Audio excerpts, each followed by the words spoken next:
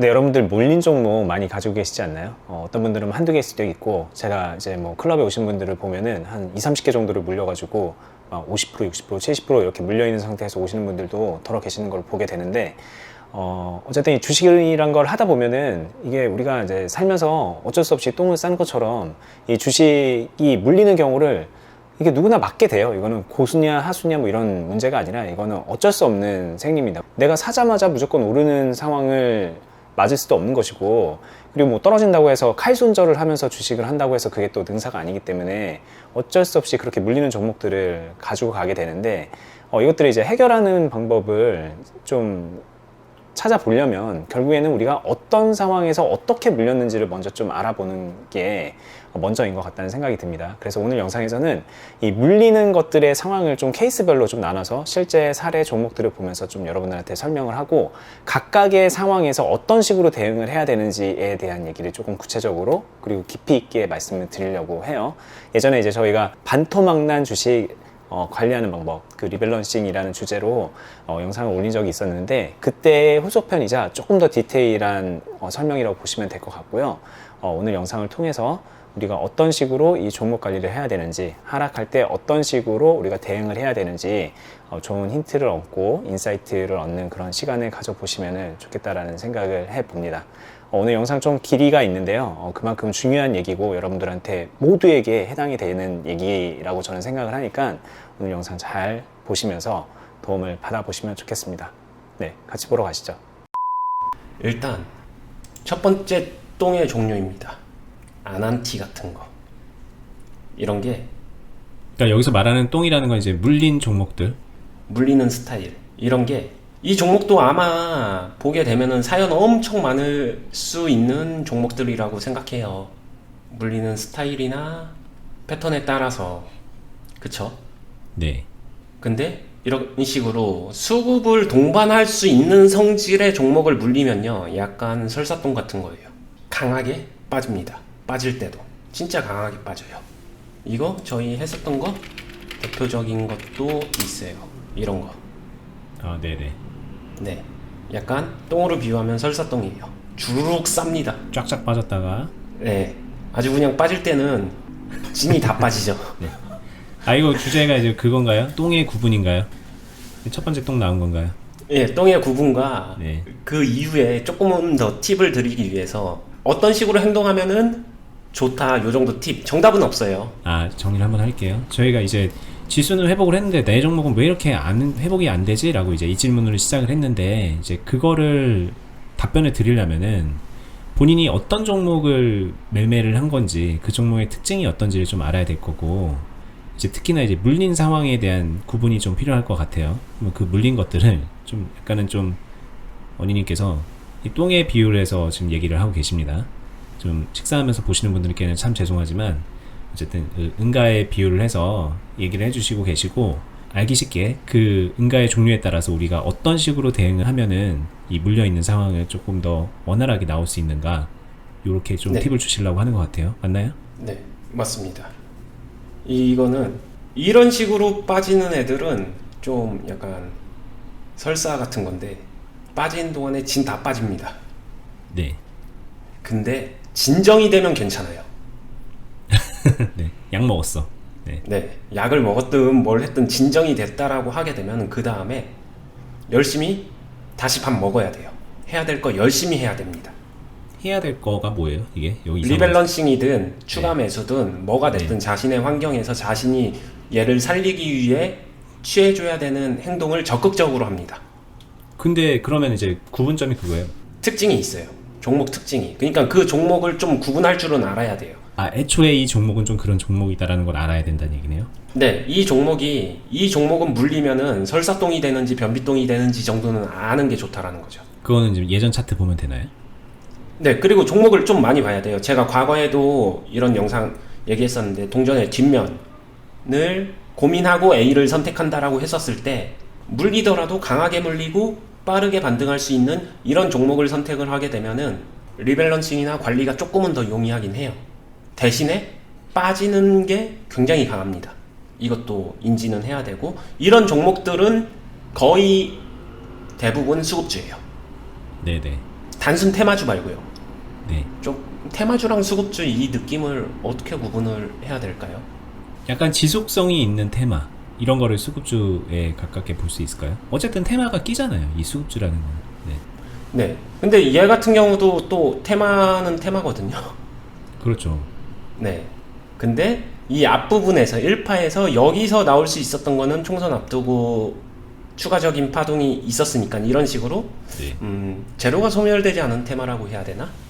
어렵네요. 저는 그 구분이 가능한 것인가라는 생각이 듭니다. 딱 구분하기는 솔직히 어려운 영역이라고 생각은 들어요.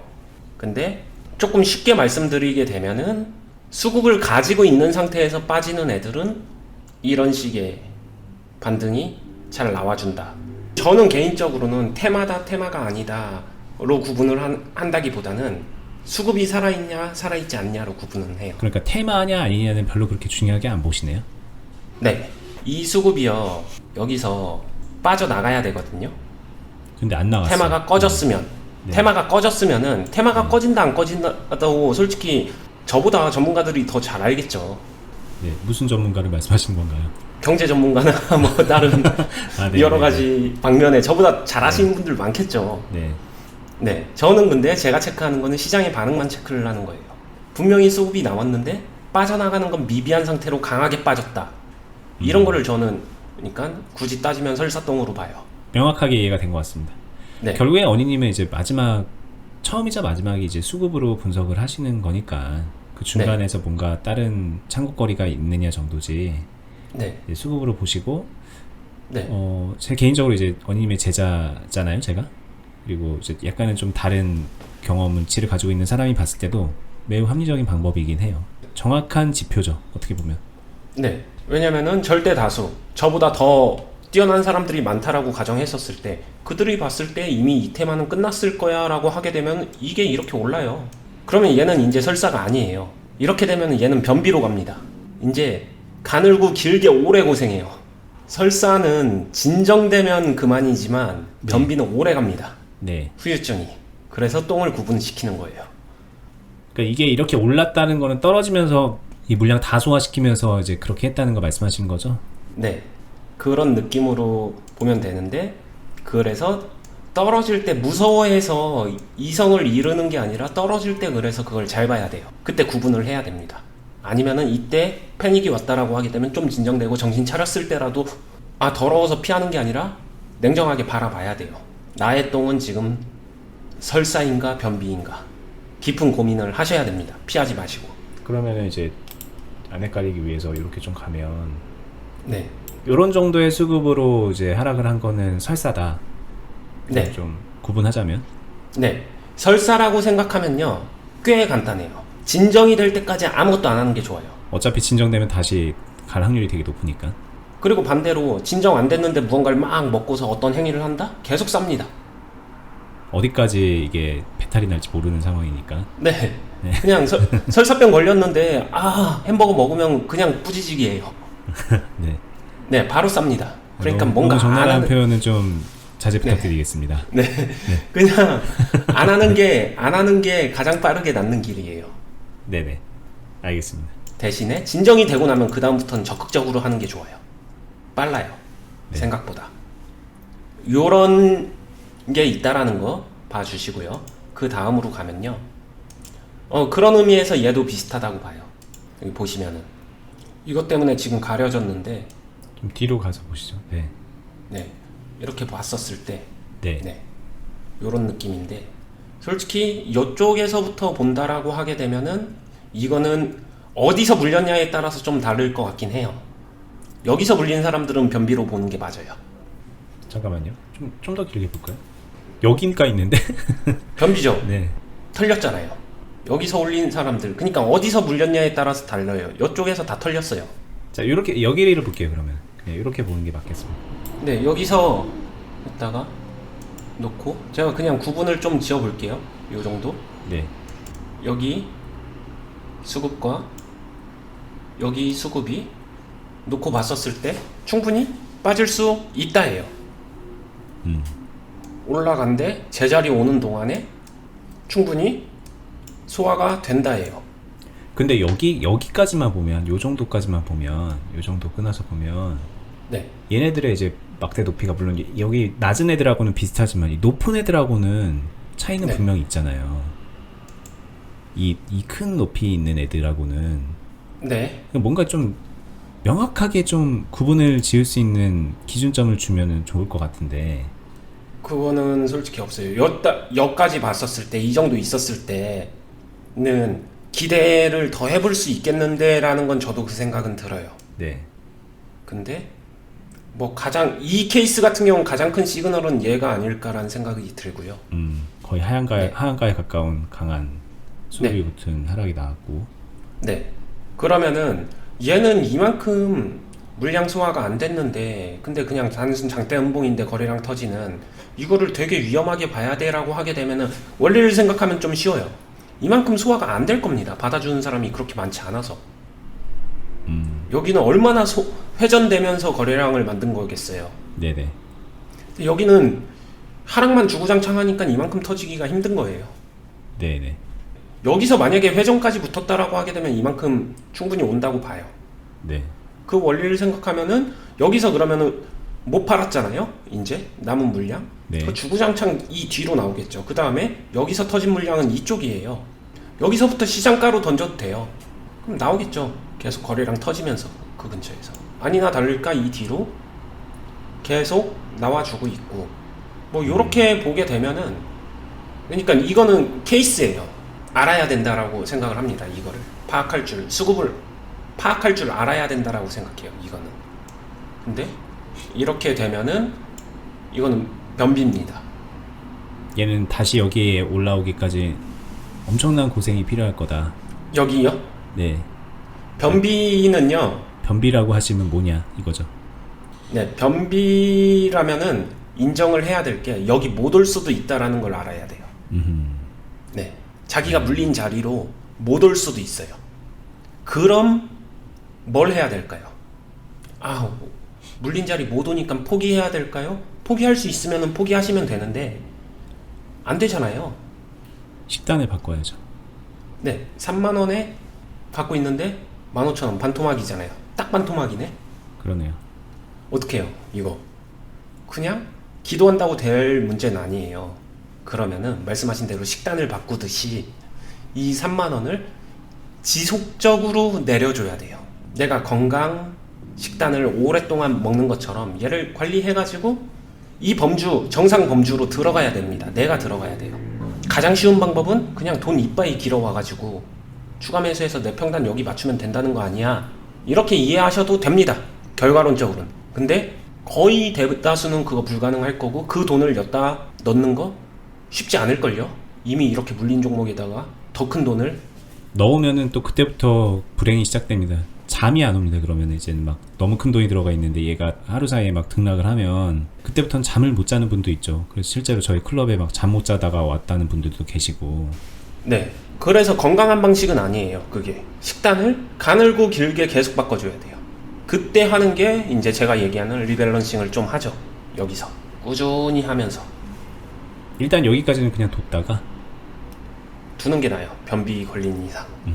이때가 너무 후회되지 않을까요? 이때 뭐라도 좀 부분 손절을 하고 왔어야 되는데 막 이런. 여기서 저도 그 상황이 안 맞아봐서 모르겠지만 이걸 것 같아요. 여기가 이때로 다시 돌아가서 보면은 저기서는 케바케일 것 같아요. 여기거든요, 지금. 네네. 여기서는 조금 잘하는 사람들은 여기를 설사로 보는 사람들도 있을 것 같아요. 설사로 보면은 빠르고 적극적으로 강하게 해야 된다라고 했잖아요. 설사더라도 여기까지 계속 설사가 될 수 있는데 여기서 빠르게 할 수 있을까요? 그러니까 그 판단이 실제로는 그게 되게 중요한 판단이에요. 그러니까요.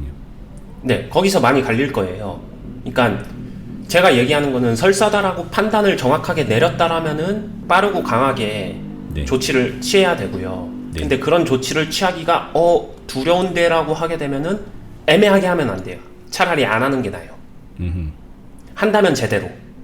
언니님이라면 이제 두 가지 방법이 있을 것 같다라는 말씀을 하신 것 같아요. 예를 들어 3만 원이 물려 있는데 여기서 반등을 조금이라도 줄 것 같다 싶으면 여기 크게 훅 들어가서 평단 맞춰가지고 빨리 나오는 거를 할 수도 있을 거고, 설사로 풀려면. 근데 그것도 애매한데라고 생각이 들면 그냥 기다리겠다. 설사 완전 끝날 때까지 기다리겠다. 요런 선택을 할 거라는 거죠. 설사라고 생각이 들었다면. 네. 그렇게 해야 되는 거. 저도 여기는 둘 다 생각이 될 것 같은데 제가 지금 딱 상황에 직면한 건 아니라서. 그리고 그 상황에서는 아마 이제 내 계좌 전체적인 상황도 되게 좀 중요하게 작용을 하고 있을 거고, 내가 어떤 결정을 하느냐는 내 계좌 상황이 뭐 되게 원활하게 여유가 있느냐, 네. 좀 해볼만 하느냐, 이런 것들을 또 보겠죠. 네. 그러고 나서 만약에 둘 다 선택은 가능했을 것 같고요. 선택을 했다라면은 진짜 말 그대로 빠르게 나오던가, 아니면은 가만히 있었다라고 하게 되면은 그 생각은 해요. 가만히 있었다고 하더라도 가만히 있었기 때문에 아 놓쳤네 했기 때문에 여기서 저는 타협은 했을 것 같아요. 이전에 어느 정도. 저기서 이제 일종의 리밸런싱 시작? 아니요. 비중을 줄이는 거죠. 시작이네요. 맞네요. 그러니까 시작이죠. 매도를 네. 해놓고서 맞았을 것 같아요. 그러면은 이쯤 되면은 아 변비 걸렸네는 인지할 것 같아요. 그러니까 조금 적나라한 표현이긴 하지만 설사에서 약 잘못 먹고 변비로 바뀌는 수도 있습니다. 네, 그런 이게 게 있으면. 없다라고 하시면 안 돼요. 근데 그런 거 많죠. 그물 타다가 그렇게 되는 분들이 대부분 다 그런 건데. 네. 네. 그런 거는 조금 더 복합적인 복합 처방이 필요하기 때문에 더 어렵습니다. 근데 제가 여기서 공통점이 있어요. 뭔가를 애매하게 하려고 하게 되면 항상 더 악화된다. 그렇기 때문에 기다리는 포인트에서 완전히 기다려준다. 이런 데서 기다려줘야 되는 포인트에서 완전히 기다린다라고 했었을 때 문제가 뭐냐면요. 지루하거든요. 답답하고. 왜 아무것도 안 하지? 나 비중 아직 남았는데? 뭐 한대? 하면서 뭔가 열심히 하면 될 것 같은데 열심히 하려고 하면은 더 늪으로 빠지는 게 변비예요. 네네. 그리고 실제로 제가 가르치신 분들도 이런 데를 되게 힘들어하죠. 왜냐? 아무것도 안 하고 기다리기만 해야 되니까. 계좌는 점점 안 좋아지고 상황은. 네. 마이너스는 계속 가는데 아무것도 안 하고 기다리기만 하니까. 그게 어렵죠. 그러고 나서 완전히 기다렸으면 그 다음에 그러고 나서 리밸런싱을 시작을 해주는 게 좋고요. 한다면은 그러면서 만들어 가는 건데 여기서 조금 더 이제 병행을 한다라고 하게 되면은 다른 슬롯에서 돌고 있는 게 있다라고 하게 되면 지원 사격까지 같이 해주게 되면 시간은 훨씬 더 빨라지는 거고요. 뭐 요런 정도? 지원 사격이 뭐예요, 구체적으로? 이 종목은 이렇게 물렸지만 다른 종목 계좌에서 얘가 그냥 첫 번째 1번 종목이라고 쳐볼게요. 제 포트에서 1번 종목이 이거예요. 1번 종목이 변비에 걸렸어요. 네. 그러면은 최소한 2번 또는 3번 슬롯이 있을 거 아니에요. 얘는 변비 걸려서 TT 울고 있어요. 네. 근데 얘네들은 정상적으로 돌아가고 있습니다. 쾌변 중이야, 쟤네는. 네. 네, 쾌변 정상적인 활동을 하면서 플러스를 네. 만들어내고 있습니다. 이 전제도 당연히 플러스를 만들 줄 아는 사람의 전제인 건 맞아요. 네. 완전 초보자분들, 플러스 자체를 만들어낼 줄 모르시는 분들은 안타깝게도 해당 사항은 없습니다. 일단 저거부터 배워야죠. 네, 플러스 만드는 방법부터 배워야 되니까.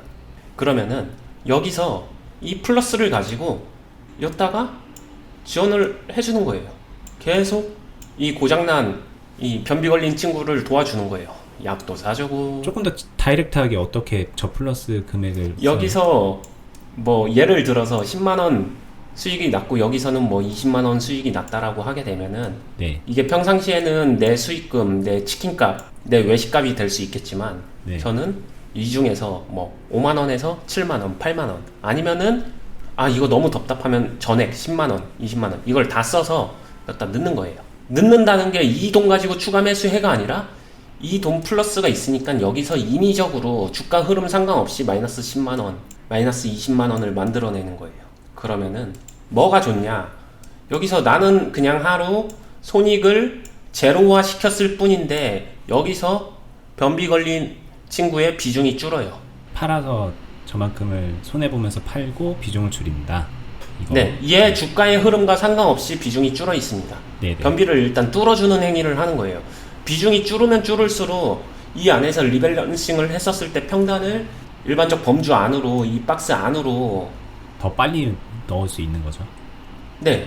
왜냐면 이렇게 하게 되면 여기에 만약에 원래 갖고 있었던 리밸런싱 할 수 있는 자금이 100만 원이 있었다라고 하게 되면 이 행위를 하면서 이거 여기서 마이너스 50%라고 할 때 마이너스 10만 원이면은 여기서 20만 원어치 현금을 팔 수가 있어요. 비중으로. 네. 20만 원어치 팔면은 마이너스 10만 원 보겠죠. 그렇죠. 이거는 40만 원어치 팔면은 마이너스 20만 원을 봐요. 이거 만약에 뭐 한 800만 원 가지고 물려 있다라고 해볼게요. 네. 800만 원 가지고 물려 있고 100만 원 가지고 리밸런싱 하고 있다라고 하게 되면은 그것과 지금 이런 행위를 해주게 되면 수치로 비교하게 되면은 여기서 20, 40을 빼냈어요. 그러면 얘는 60만 원 뺐으니까 740이 돼요. 얘는 현금을 또 확보했잖아요. 20, 40을.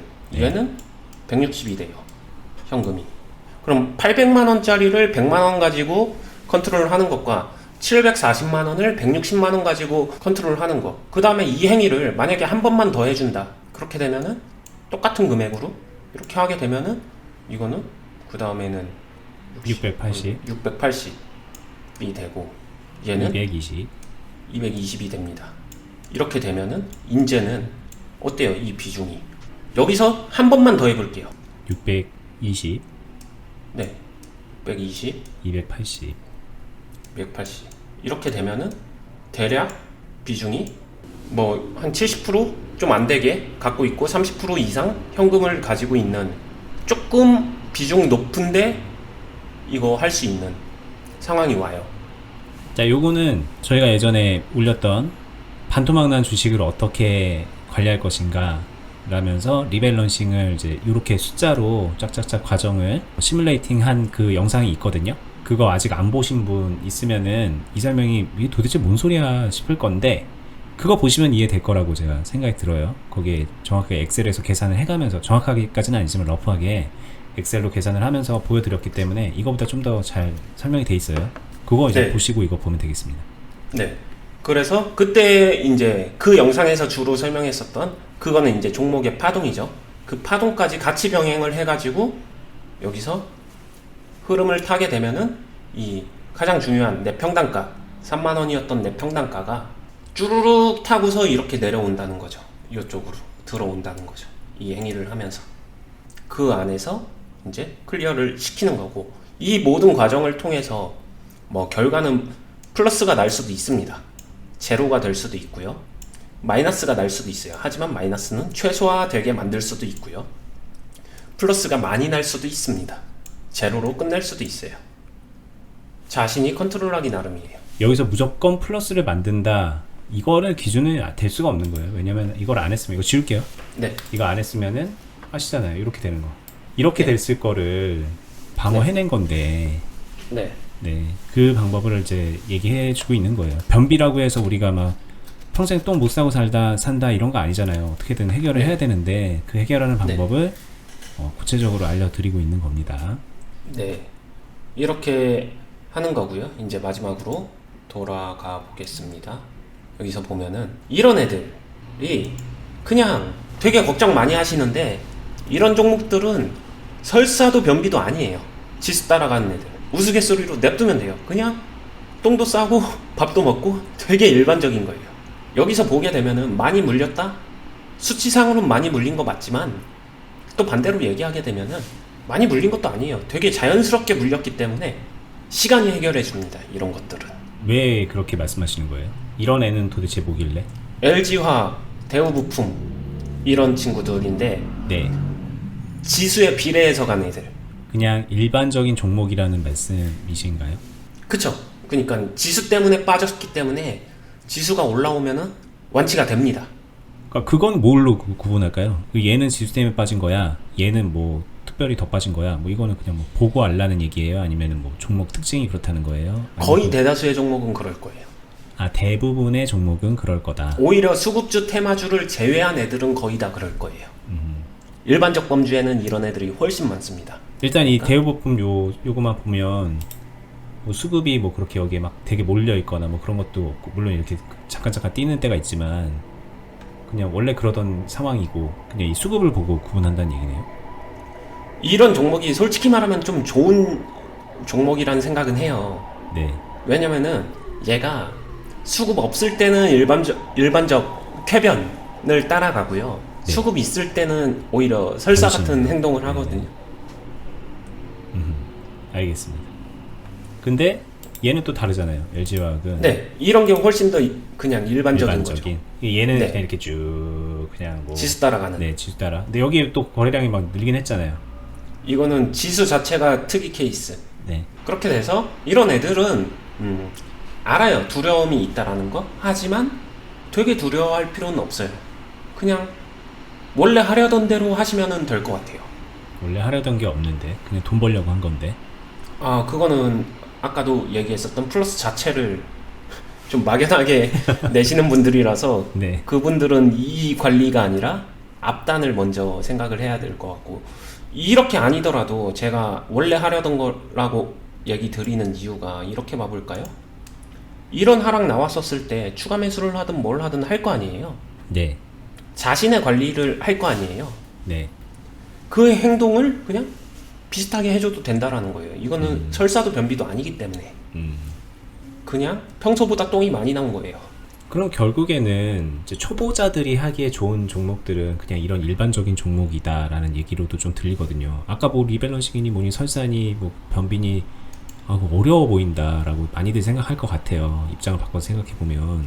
네. 근데 그런 분들은 그거를 안 하고 이렇게 그냥 일반적인 종목으로 하는 게 좋은 선택이 되는 건가요? 그거는 사이클에 따라 다를 것 같아요. 언제 하냐에 따라서.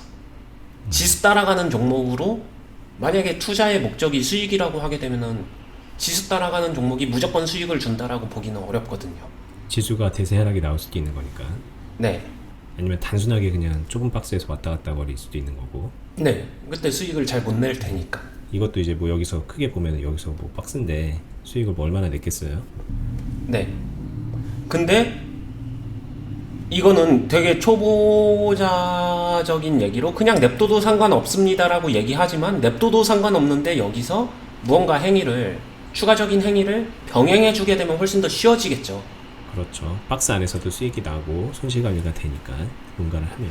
네. 막연하게 기다리기만 하진 않아도 되니까. 네네. 그리고 대형주가 리밸런싱 하기가 어려운 건 맞아요. 근데 아예 못하지는 않아요. 대신에 차이점은 이런 건 있어요. 한다면 추가 매수할 거를 리밸런싱 개념으로 조금 분리할 때 이럴 때 하는 거는 대형주라도 해볼 수 있겠다라고 생각하는데, 오늘 같은 흐름에서 리밸런싱을 생각한다라고 하게 되면은 이거 같아요. 수급주는 리밸런싱의 매수랑 매도를 당일에도 다 소화를 할 수 있거든요. 근데 이런 대형주 같은 경우에는 리밸런싱을 하루에는 못해요. 얘를 무언가를 한다면 오늘 매도해요. 그냥 다시 매수한다면 기다려야 돼요. 그러니까 관리하는데 기본적으로 대형주 같은 경우는 시간이 필요하다. 하루 만에 진폭을 가지고 매수 매도 이런 관리는 설산한 종목들, 수급주들, 그런 애들은 종목 특징이 그런 파동을 가지고 있기 때문에 얼마든지 가능한데, 대형주 같은 경우에는 매도하는 날은 주구장창 매도하고 매수하는 날은 주구장창 매수가 될 거예요. 그래서 조금은 더 느낌적으로는 같은 리밸런싱 개념임에도 불구하고 매도하고 추가 매수하고 매도하고 추가 매수하고 이런 느낌으로 커팅되는 경우가 많다. 이렇게 생각해 주시면 됩니다. 자, 그래서 조금은 더 일반적인 똥이고요. 이거는 마지막 똥이에요. 아까 아난티에서도 얘기했었던 설사가 아닌 변비입니다. 진짜 변비. 보면 답답할 거예요. 길게 볼까요? 아마 주식 투자를 하시는 분들이 가장 무서워하는, 상패 다음으로 가장 무서워하는 종목은 이런 거 아닐까요? 대세 하락? 마이너스 90%. 마이너스 90인가요? 이제 거의 한 그러겠네요. 80 몇 프로, 90에 가깝어요. 네, 이런 거. 자, 결론은 이런 게 변비인데 해결할 수 있어 없어라고 묻는다면 해결할 수 있어요. 이걸요? 네. 지금 시점에? 시점은 못 정해요. 지금 시점에라도 해결은 할 수 있다라고 봐요. 근데 아까도 말씀드렸지만 계좌라는 거, 그래서 종목이 아닌 계좌를 관리한다라는 부분에 비슷한 맥락일 수도 있는데, 얘 자체로만 너는 너고 나는 나야. 계좌라는 건 한 집 안에서 부부예요. 1번과 2번, 3번은 자식이고 서로 칼같이 네 건 네 거고 내 건 내 거야. 이렇게 하게 되면 좀 어려워질 수도 있어요. 얘는 자체 회생할 때까지 기다려야 되는데 힘이 많이 들겠죠. 근데 아까 아난티에도 설명드렸지만 조금만 도와주면서 혈만 뚫어주면요 가능해요. 어렵지 않아요. 이건 도대체 무슨 똥이에요? 이건 그 이게 변비예요. 제가 얘기하는 대표적인 변비. 초대형 변비. 이건 만성 변비네요. 네. 네. 아나콘다 변비. 끝이 없습니다. 네, 그렇군요. 네. 습관성, 만성. 답은 뭐 이때까지 기다린다 이렇게 보기도 어렵잖아요. 뭐 어떻게 해야 될까요? 정확하게 좀. 만약 여기서부터 우리가 8,000원에서 좀 물려 있다면 네. 그러니까 아까 아난티 같은 변비보다 더 심한 변비인데 이런 변비 같은 경우에는 저는 이렇게 해요. 종목에서 답을 찾진 않아요. 종목에서 답을 찾지 않고 계좌에서 답을 찾습니다. 그러니까 계좌에 연계 플레이죠. 연계 관리를 무조건 해요. 그러는 과정에서 시간이 무조건 필요하거든요. 그러면 그 시간이 걸리게 되면은 이런 타이밍을 시간이 필요하니까 무조건 만나잖아요. 네. 1년에 한 번 정도씩은 만나네요. 이거를 안 놓친다라고 보시면 돼요. 놓치지 않기 위해 노력한다. 그러면은 이게 뭘 의미하냐면요. 보면은 이거 조금 가까이서 보면은 멀리 갔을 때는 되게 큰 것 같지만 이거 한번 나와줄 때 파동 크게 나와줘요. 50% 밑에서도 보면은 이거는 100%예요. 네. 100%에 육박하는. 근데 이런 만성 변비의 특징이 이런 애들이 있어요. 근데 이거 조금만 이해하기 쉽게 설명을 드리면요. 50에서 100%의 파동을 만들어 줄 수 있잖아요. 종목이요. 어떤 변비도 뚫어내려고 하면 뚫어냅니다. 근데 이 자체 파동이 문제가 아니라 내 평단이 아까 전에 7,000원이었으면 이거 가지고 뭐 퍽이나 되겠어?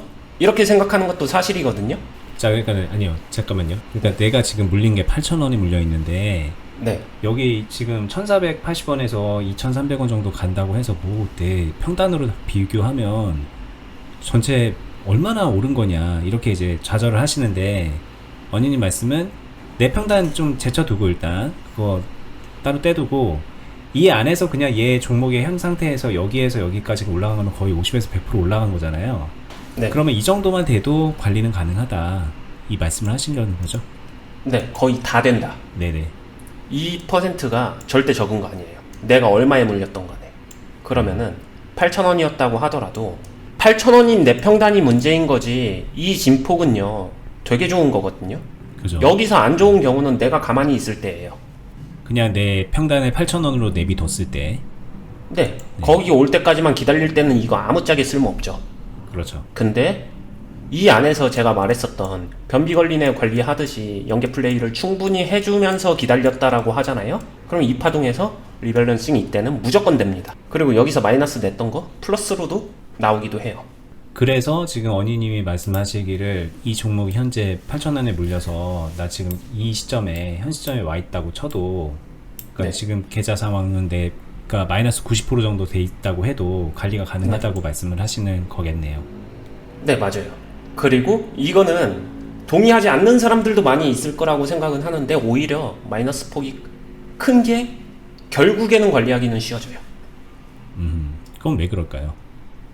탄성 때문에, 주가의 탄성 때문에. 500원 갔다가 얘는 그냥 시간이 걸릴 뿐 1,000원까지는 올 거예요. 1,000원, 1,100원까지. 그럼 여기가 100%거든요. 네네.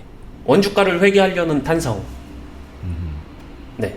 그러니까는 주가의 절대 가격이 낮아질수록 이 퍼센테이지는 크게 움직이니까 네. 네, 100원 차이가 이 여기 동전주의 때는 되게 큰 차이니까 쉽게 말하면 그런 얘기죠. 네. 대신에 어려운 건 있는데 그래서 이 모든 원리가 전제 조건은 있습니다.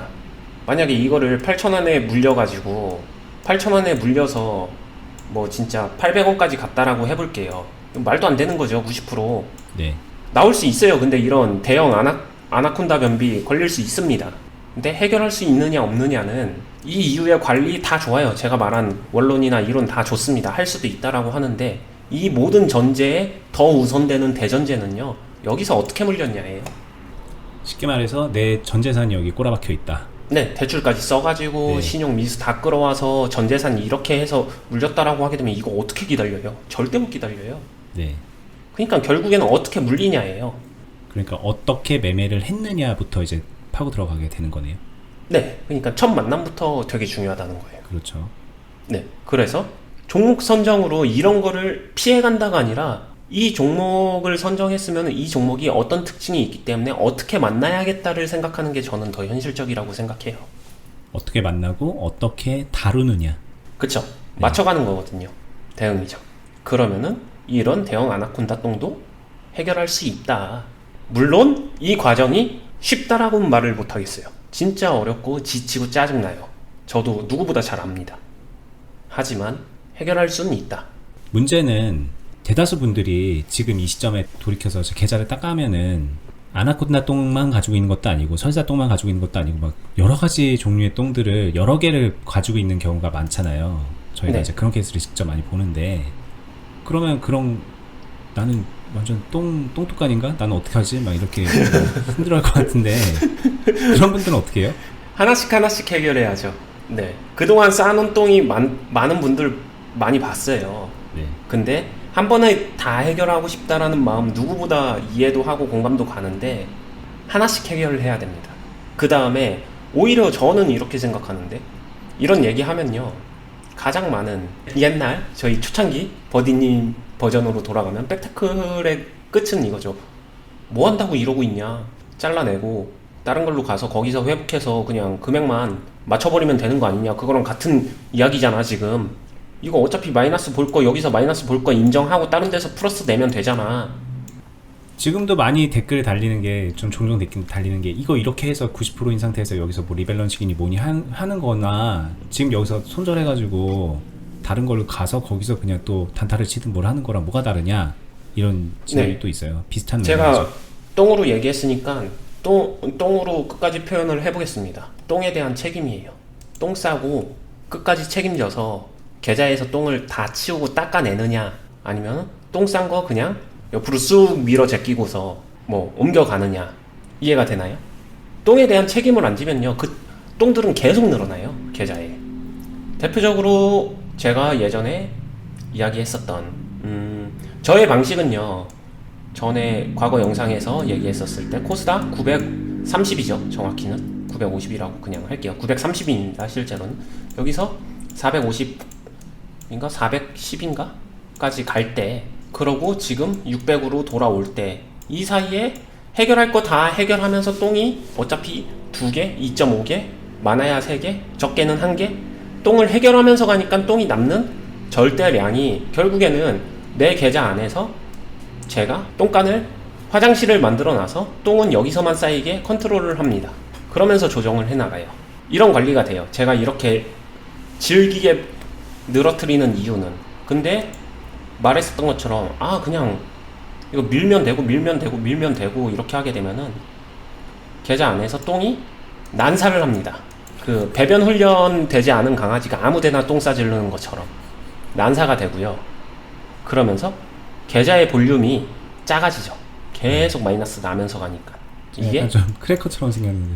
네. 네, 점점 자기 그 포트 계좌가 줄어들죠. 저의 방식은 이렇게 하면서 똥을 해결하면서 시간을 주고 가면은, 이게 실현손익을 관리하면서 가고 빌드업도 하면서 가고 하게 되면은, 똑같은 시간이 지났을 때 이 네모칸, 이게 포트의 사이즈예요. 시드머니라고 할게요. 이게 점점 커지면서 가거든요. 이렇게 커지면서 가면서 똥을 관리를 합니다. 시간이 똑같이 지났을 때. 근데 그냥 도려내고 하게 되면은, 이렇게 시작한 게 점점 좁아져요. 점점 좁아집니다. 시간이 똥 때문에 이제 발을 디딜 데가 없어지는 거죠. 네, 그리고 네. 똥을 도려내니까 결국에는. 그러니까 이제 이게 되게 극단적 선택으로 가게 되거든요. 똥을 처리하지 않게 되면 여기저기 똥이 너무 많아져서 내 발 디딜 곳이 마지막에 요거밖에 안 남게 되고, 결국에는 완전 계좌 잠식으로 가거나, 네. 아니면은 이제 리셋 버튼을 누르는 거예요. 계속 뭐가 똥이 쌓이면 아이씨 이거 도려내, 없애, 이거 네. 없애버려 그냥. 그래서 요걸로 이제 네. 하는 거예요. 그쵸. 또 없애, 네. 남은 게 또 요거밖에 안 돼. 이제 땅 따먹기가 이제 결국엔 똑같아요. 이게 여기가 똥이냐 없어졌느냐의 차이지. 네. 이렇게 되는 거예요. 맞아요. 네. 근데 마지막에 또 발 디딜 곳이 요거밖에 없어져. 네, 자기 방에 똥이 다 쌓여져 있는 거죠. 네, 근데 안 보이니까 그냥 어디다가 그냥 치워버렸느냐, 방에다 뒀느냐, 그 차이지. 결국엔 내가 설 곳은 요거밖에 없다라는 그냥 똑같은 결론으로 가게 되기 때문에, 똥을 네. 처리하는 이 하수 시설을 분명히 갖춰야 된다. 그리고 이거를 안고 가야 된다. 이거를 리셋 버튼을 누른다고 해서 얘가 안 생기냐? 그렇지 않아요. 이건 이상이에요. 이제 뭐 어떤 분이 그런 얘기도 하더라고요. 뭐 도피성 리셋 증후군 이래가지고 사람이 이제 실패하는 되게 큰 이유래요. 그게 네. 뭐가 좀 안 좋은 일이 생기면 그냥 리셋 버튼 누르듯이 그냥 도피해 버리는 거야. 네. 그래서 이제 마치 이제 그런 일이 안 생길 것처럼 다시 그렇게 새 삶을 살아가려고 하는데 그게 안 되죠, 현실에선. 네. 그게 실패의 가장 큰 원인이라고 그러더라고요. 네. 그래서 주식 투자에서는 똥을 인정을 해야 되고, 인정을 할 거면은 자신의 화장실을 만들어야 된다라고 저는 생각을 해요. 근데 이 화장실이 꽉 차 있으면 어떻게 돼요? 이 밖에서 똥이 될 만한 행위를, 똥 쌀 만한 행동의 매매를 안 해야 돼요. 줄여나가야죠. 네. 그런 네. 상황이 되면. 왜냐? 화장실에 지금 꽉 차 있으니까. 그래서 이제 저희가 계좌 상황을 보면서 매매를 한다라고 하는 게 막 이럴 때 매매를 해보냐 이런 거는 이제 화장실이 너무 널널해서 약간 네. 좀 그 리스크가 있는 걸 해도 괜찮을 때는 하고, 네. 화장실이 상황이 안 좋고 좀 내가 좀 처리해야 될 일이 저쪽에 많이 있으면은 그때는 좀 패스하고 뭐 이렇게 좀 한다고 많이 얘기를 했었죠. 네, 맞습니다. 오늘 정말 깊이 있게 최선을 다해서 얘기를 했는데 이해가 될지 모르겠습니다. 네. 저도 제 얘기를 하면 저도 여기에서 놀았어요. 한 오랫동안 이러려고 했습니다. 이게 맞는 줄 알았고.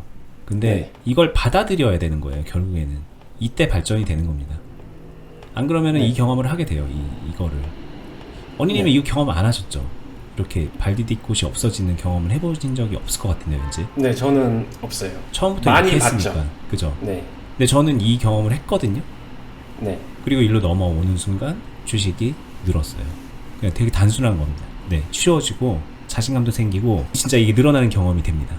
여러분들도 그 경험을 꼭 하셨으면 좋겠고, 어디에서 이제 뭐 급등주 뭐 막 그런 거 하는 매매 기법, 그거는 이거랑은 되게 무관해요. 이걸 오히려 더 빨리빨리 만들어내는 매매 기법의 가능성도 되게 높고, 본질을 어떻게 보면은 피하고 있는 얘기거든요. 근데 그게 되게 자극적이고 맛있어 보이기 때문에 맛있는 쪽으로 가는 거를 제가 알지만, 현실은 이 시궁창이 우리 옆에 항상 있다. 그거를 좀 관리해 나가야 된다라는 거를 저희는 꼭 말씀을 드리고 싶은 거고, 그 관점으로 돈을 버는 매매, 주식 이것들을 계속 말씀을 드리고 있으니까 예전 영상도 쭉 보시고 앞으로 저희가 만들어가는 영상도 이거를 좀 한켠에 쫙 간직하고서 보시면 참 좋겠다라는 생각이 듭니다.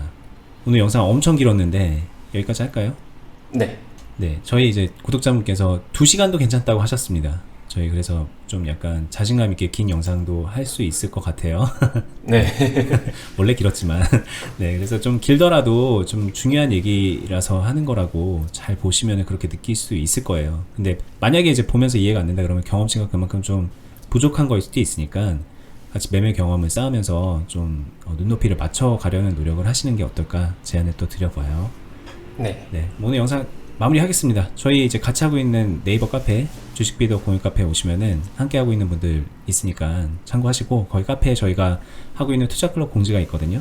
거기 클럽에 오시면은 오늘 이렇게 쭉 얘기했던 이 모든 것들을 관리하는 차원에서 안고 가면서 수익을 내는 그런 매매를 여러분들도 함께 할 수 있게 저희가 그런 공간을 같이 운영을 하고 있어요. 그 공지도 보시면서 참고해 보시면 좋겠고요. 저희는 다음에 더 좋은 영상으로, 유익한 영상으로 찾아뵙도록 하겠습니다. 감사합니다. 감사합니다.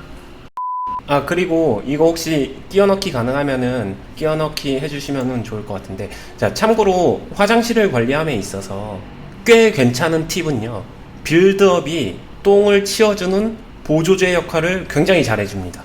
네, 빌드업은 이제 저희끼리 용어니까지 말씀드리면은 꾸준하게 여기에 돈을 좀 적립하듯이 이렇게 네, 매집형 수익 매매라고 하면은 좀 쉬울 수 있는데, 이제 매집 이러면은 이제 많은 분들이 또 막 모아가지고 대박 터트리는 그런 거를 생각하시는데 또 그거는 또 아니에요. 이제 좀 관리의 차원에서 하는 그런 것도 가까이 많이 있습니다. 뭐 개념적으로. 그게 이제 화장실 청소를 위한, 건강한 계좌를 위한 필수 요소다 생각해 주시면 되겠습니다. 네, 이상입니다. 알겠습니다.